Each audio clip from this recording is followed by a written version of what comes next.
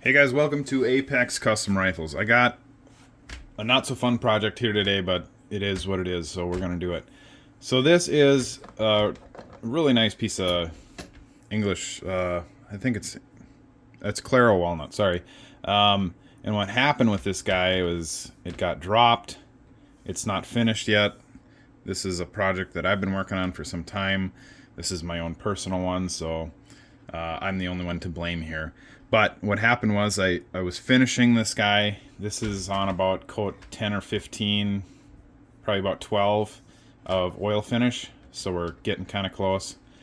But I had it up in a spot where I usually don't bother them when they're up, but I happened to be over there and I was messing around and I hit this stupid thing and it fell about 3 feet onto the floor and it banged it up in a few spots.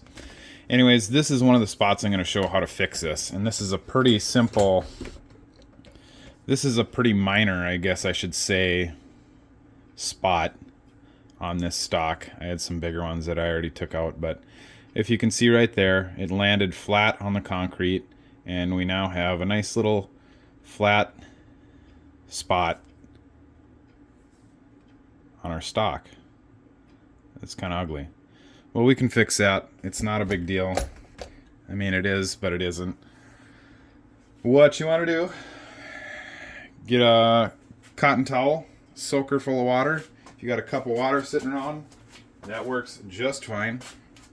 Soak that guy in there, nice and wet. And then you take this, lay it over top, and we're going to steam it out with an iron. Hopefully my iron stayed warm enough here. And this is not a quick process. I think my iron shut off here a minute ago, but there we go.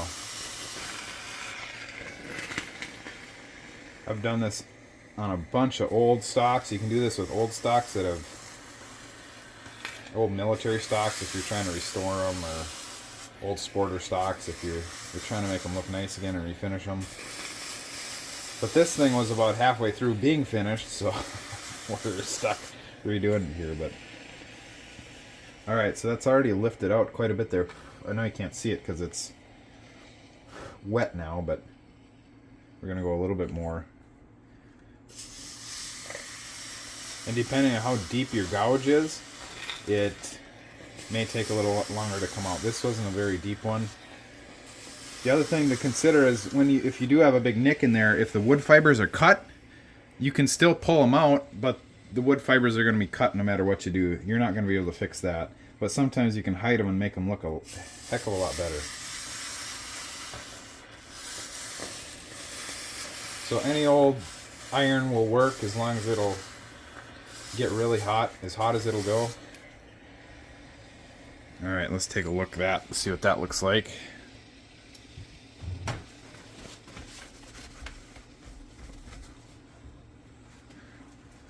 Alright. So, it is not perfect quite yet, but it's getting there. You can see right there kind of there's a radius there where there was a flat, so it's getting up there. I'll probably work on this a little bit more, and we'll come back once I'll probably steam it here another 3-4 minutes, and I'll come back and we'll finish it up here. Alright, at this point I've steamed it for probably another 3 or 4 minutes, and I'm pretty happy with how it turned out. As far as moisture content goes, you're going to get a little moisture content in there, but it's not a big deal. If you want to let it sit and dry for a while, that's fine. For the purpose of this video, I'm going to go on and continue on here. This is some very light sandpaper, which is a 1200 grit.